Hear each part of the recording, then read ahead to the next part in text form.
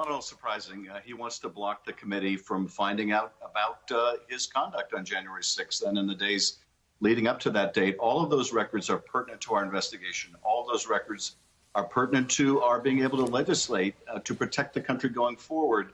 We finally learned what former President Donald Trump is trying to hide from Congress. And yes, it is pretty shocking. Welcome into TYT's Overruled. I am your host, legal analyst Adrienne Lawrence. If you recall, Donald Trump filed suit in an effort to dodge the January 6th Congressional Committee subpoenas, claiming executive privilege shields the release of information sought by Congress. And while the courts get to decide whether the privilege actually extends to this information, we had really no idea what that information was. But now we do, thanks to a government court filing that dropped this past weekend. Team Trump isn't concerned about the disclosure of a handful of emails here and there.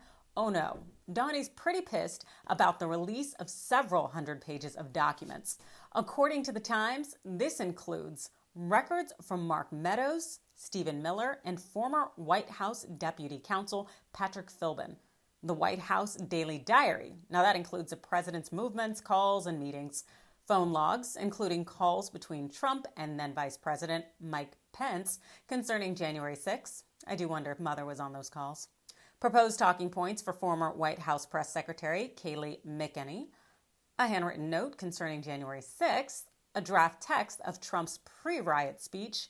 A draft proclamation honoring the Capitol Police. A memo about potential anti-election litigation, a series of emails from a state official regarding election-related issues, talking points on alleged election irregularities in one Michigan county. Now that is a lot of stuff, and we may not necessarily know the exact contents, but we do know that former President Trump has something to hide, including phone logs detailing calls between him and Pence about the insurrection. We'll likely learn about what's in these documents, including those calls between him and Pence, sometime in the future, as Trump's executive privilege argument is not likely to succeed. That's right. As the government argued in its brief. And look, if the Trump lawyers don't know it already, they should. Their claims have no merit. As you said, Lawrence, the sitting president has the authority to assert privilege or not assert it. Joe Biden is not asserting privilege here. He recognizes that the national security interest is paramount here, that Congress be able to do its work. So, if the court expedites Trump's suit against Congress, we may not have to wait very much longer to learn about what's in Trump's records, given that Biden says, go ahead and have them. Let me know your thoughts in the comments below. Hit like and follow, and thanks so much for watching.